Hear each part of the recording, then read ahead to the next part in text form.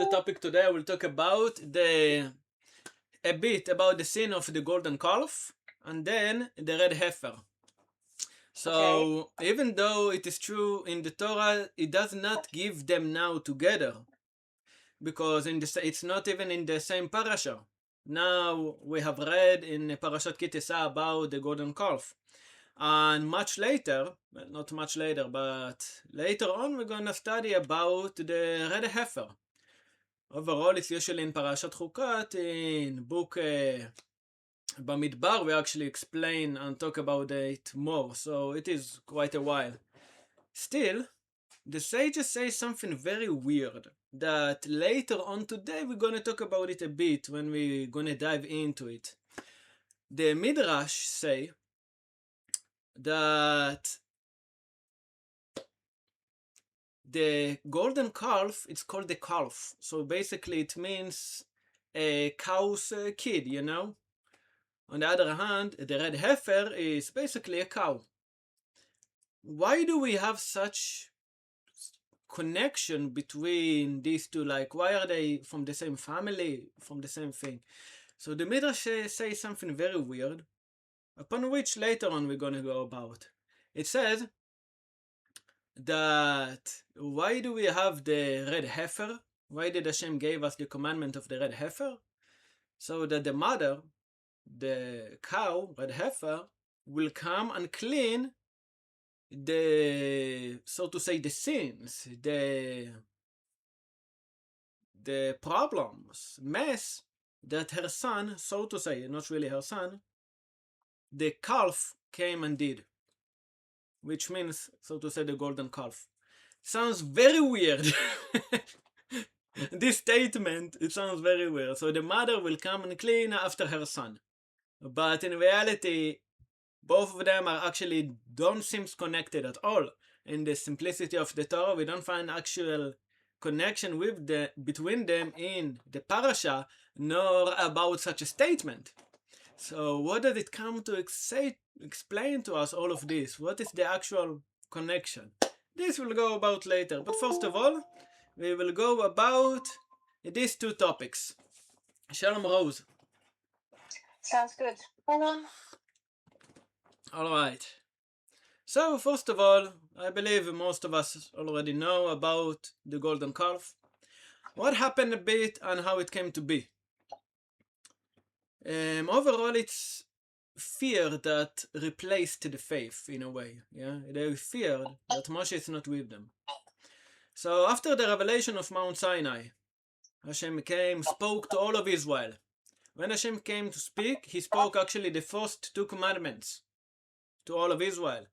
All the rest of the commandments, it is written in the Torah that they asked Moshe to speak instead of Hashem, because they fear Hashem so much, hearing Hashem in such a level, they feared it so much that they asked Moshe to continue with the 8 other commandments to say to them instead of Hashem. Another thing we need to remember is that Hashem is unlimited. Yeah, when he spoke, he does not speak like us in sentences, and it takes a while until we finish what we have to say.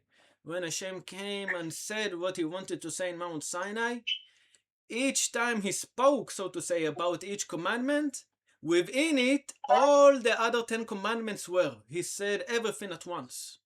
And then again, the second commandment, so to say, he said everything again. But let's take it down a bit. It's very interesting because it's understandable. Hashem is limitless. We need to speak in sentences. For Hashem, he can say everything boom at once, and let us understand everything at once as well. Okay. This was the event in Mount Sinai. Shalom Ron. Now, after the revelation at Mount Sinai, Moshe went up the mountain to receive the Torah from Hashem, right? Which are basically the stone tablets and all of the rest, the whole spoken Torah, like we say. Of course, big part of the written Torah as well. The people were told that he would return after 40 days, as we found in the Torah, right? Moshe went and told them that I will come after 40 days. But there is a question. If Moshe already told them that he will come after 40 days, how come they were mistaken? After all, it's not one or two people that are counting, so maybe they were wrong within the day. No. It's a whole nation. Everybody waits day after day for Moshe to come. And then suddenly, what happened? They see that he does not come on time. Is it possible that Moshe will not come on time when Hashem said exactly 40 days? It's not possible. Somebody was wrong in the calculation, right? Somebody was wrong in the calculation. Over here, the Torah says, וירא העם כי בושש משה לרדת מן ההר, ויקהל העם על הארון. So basically, when the people saw that Moshe was so long, took him so long to come down, stayed there for so long and he still didn't come down from the mountain, the people, basically the nation, it is said, we studied in the past, the nation refers to the people who are not descendants of Avraham, Yitzhak, and Yaakov. Basically, not descendants of Yaakov, that also got out of Egypt. Because in Egypt, there were many slaves, not only the Hebrews, right? So many other nations were enslaved in Egypt as well. So when Israel got out of Egypt, they also got out of Egypt with us. And they were with us next to Mount Sinai. Therefore, the sages tell us something important and interesting. Whenever it is written Israel, or sons of Israel, or Bnei Yaakov, sons of Yaakov, we understand these are absolutely the descendants of Yaakov. But when the Torah just says the nation, they talk about all the other people that came to be with the Israeli nation, that got out with them from Egypt. Alright. ויקהל העם על הארון. So the nation came and gathered against Aaron. So they said,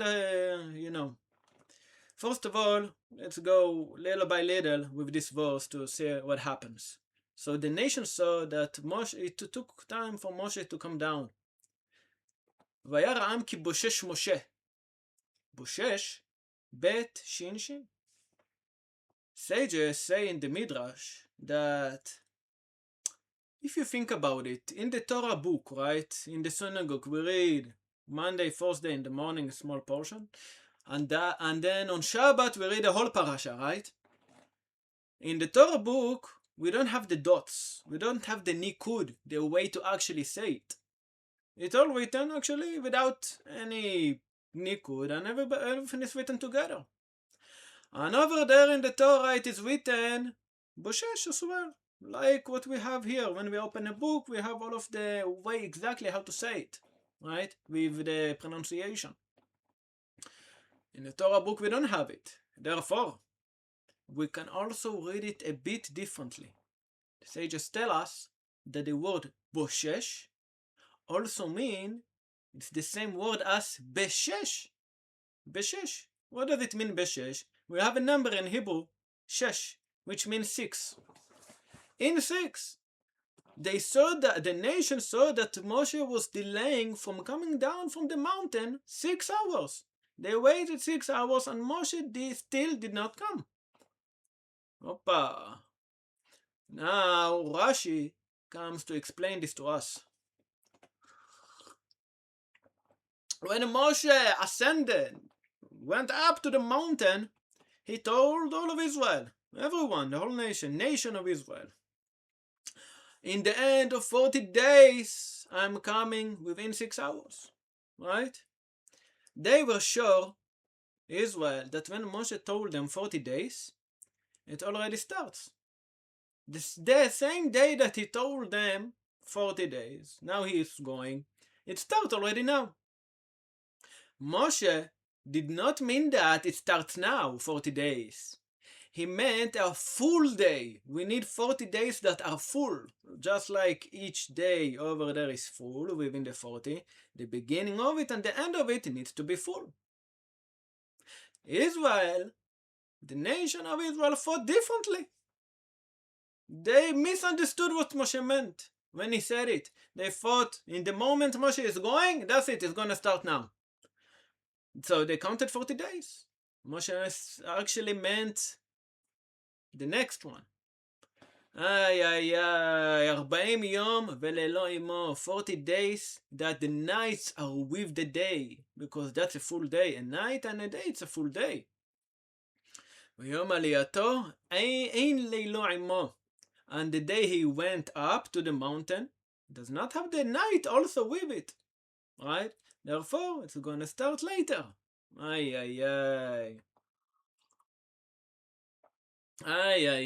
Therefore, that was their mistake. Why they made a golden calf? They were mistaken when Moshe should come down. Now, there are other many midrashim about all of it, but let's stick still to the simplicity here. Therefore, the people miscalculated the days. When the 14th day seemed to arrive, and Moshe had not yet returned, panic spread in the camp. Nobody knew what should happen because Moshe said 40 days and he has still not come. The Midrashim says even more interesting things about it, but what they actually saw. Vayara'am, they saw something. The nation saw that Moshe did not come yet in 6 hours. What did they see? Let's leave the Midrash right now for another time. The people then approached Aharon and said, make us a god that will go before us. Right? Aharon did not want to make another god, of course. Even when they said that, they did not mean let's worship an idol. After all, what they said was, Aseh lanu Elohim asher ilchu lefanenu. Basically, make us Elohim.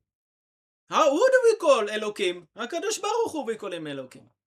That is true. Also, idols can be called like that. But over here, we see later that Aaron told them, each one of them, okay, take the gold of your wife's, the earrings of your wife, bring all the gold that they have, and let's throw them into the fire. Have they done so? No. The women did not want to give their gold in order to make a calf. They say this is wrong. This is not Hashem's will. The sages tell us, yes, that is true. The women did not sin at all in the golden calf. Only the men. Men have a lot to work, unfortunately. Was it the Israelites and the other people that came from Egypt? They were all together in this scheme, all the men. Good question. The main one is the nation, which means actually not the Israel, the sons of Yaakov themselves. It's not actually themselves, but still, we are all one nation. What is the main sin of Israel itself? After all, if you think about it, once Moshe came down, he saw the golden calf, he broke the stone tablet, all right. But then he said to the tribe of Levi, whoever for Hashem comes with me, all the tribe of Levi came to be with Moshe. What did he tell them? Take your sword, and whoever worshipped the golden calf, you shall kill him. What is the amount they killed? 3,000 men. Now, when they got out of Egypt, Israel themselves were about 3 million people. Simple calculation, how do we know that? In Mount Sinai, Hashem counts specifically 600,000 men of Israel, not overall. Not everyone, not all the men that were there. 600,000 men of Israel. That does not include the women, the elderly, and the children. And usually there is more children, right? Than to parents, especially back then. Therefore, we see, at the very least, it was, let's say, minimum 3 million. And the sages say something even more astonishing. The others that were not from Israel, from Yaakov, descendants, they were even more. They were even more. Some say even 5 times. Some say 3 times. A huge amount. Everybody were together there. Now in that huge amount, even from their side, from the nation, let's say, yes? That's why we call it, by the way, Nation of Israel, Am Israel. We are all together. But overall, even they, out of millions of them, who sinned? Only 3,000. Only 3,000 worshipped the golden calf. And they died. So what is actually the sin of all the rest of Israel and the rest of the non-descendants of Yaakov? What is their sin? They saw a group of people making an idol, a golden calf, and they did not protest against them. They saw what they do, and they let it happen. They were confused. Okay, they were confused, but still, you see something that is wrong, don't let others just do it. Go ask them, demand what is happening. Don't just let somebody probably make a horrible sin that can affect everyone else. That is the sin of the overall of Israel. We did not say something when we should have said. Alright? This is the sin of the golden calf in the overall. Let's see if there is something else. So, by the way, when they said that let's make, so to say, God that would walk, so to say, walk in front of us. So they gave the gold to Aaron. Aaron made a fire. Basically, they threw the gold. But in the end, whose gold was it? It's not their wives. They took their own gold. The men took their own gold and threw it to the fire. And what Aaron tried to do? He tried to, take it easy little by little. To take the time until Moshe can arrive. So he tried to take time. And then what happened? A golden calf emerged. Now, there is different ways how we need to explain it, which will be in another time. What does it mean a golden calf emerged? Because after all, we need to do actions, prepare it to make it in a shape, and only then it will have some shape. Sages say a miracle happened, but not a good miracle. There are good things and there are bad things, right? Equal to making the world. Balance. So that was something bad. What happened? After the fall of the gold, to the fire, it melted. A golden calf came out of it. How do we learn it? We learn it from the Torah that says, and a golden calf came. Not that somebody specifically did. On the other hand, we do find that there are specific words that they try to make something regarding it, but not as an action of make, but as Vayatzarato Baheret. The sages then gives what does it actually mean that would combine, goes together with this same idea. Let's leave it to another time right now. Still, it came out. What does Aaron say? Aaron saw it, and he made an altar. And Aaron called out and said, Hag Hashem Mahar. He said the name of Hashem, because it literally meant it's gonna be for Hashem, not for any idol, not for anything bad. They actually had some good intention. Yeah? They actually had some good intention. After all, they have received the Ten Commandments in Mount Sinai. They heard Hashem. They heard Hashem speaking, and so to say, they were in a level only at that moment as Moshe Rabbeinu, panim al panim, face to face. This is written actually in the book of Devarim. Chumash Devarim. Okay. After that, we know what happened. Aharon tried to delay again, and he tried to explain to them specifically this is for Hashem. Moshe came down finally from the mountain and saw what had happened, and he broke the tablets of the covenant, Luchot HaBrit. Okay, of course we have much more to go about each thing. Moshe Rabbeinu broke the stone tablet. Was he allowed to break it? Hashem agreed with him that he did it out of his own action, like he thought to do so, he did it, and Hashem then agreed. Hashem didn't say it first in a way, and Is it yours, Moshe Rabbeinu? What does it mean? He broke, but whose is it? Isn't it the whole nation? Hashem gave it to the people of Israel, so he broke something that regards to everyone. We have many different layers and things to go through in order to understand the full picture. Yeah, and a part of it last week we actually went deeper into the matters of the menorah and the zayit. This actually explained the answer.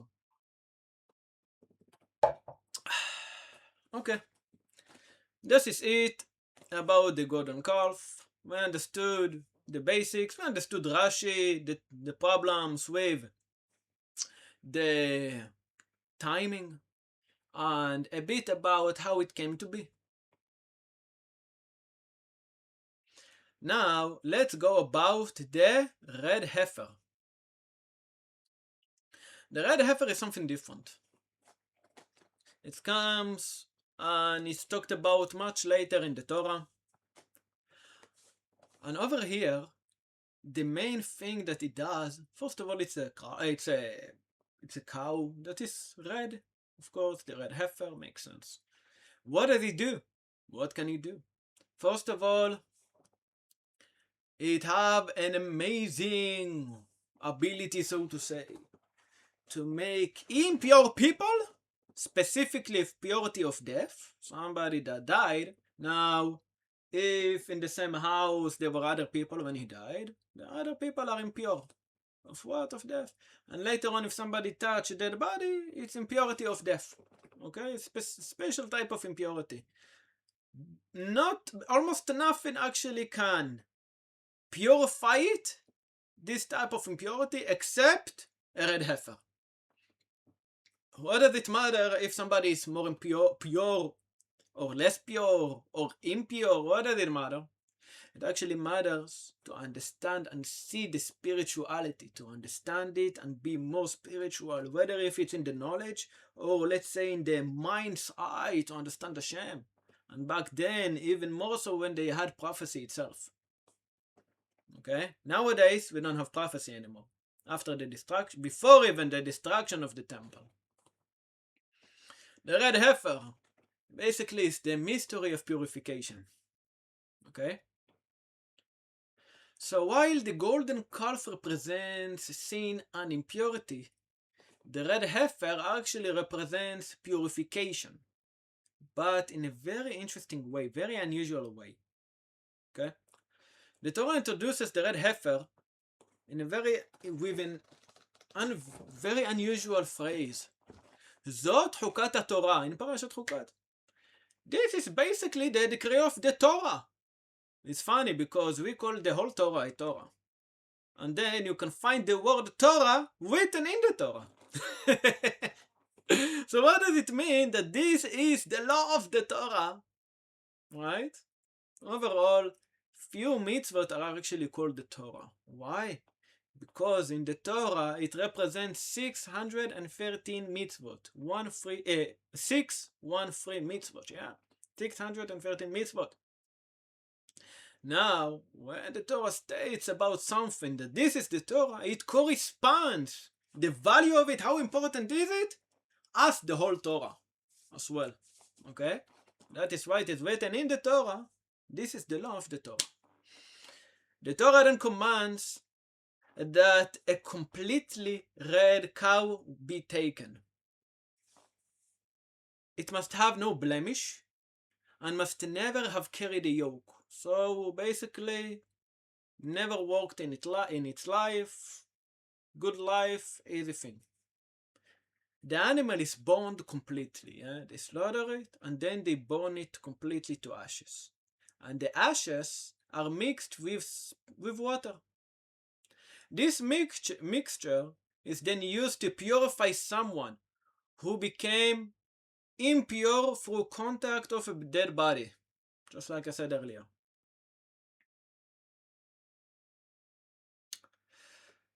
So, how does it go?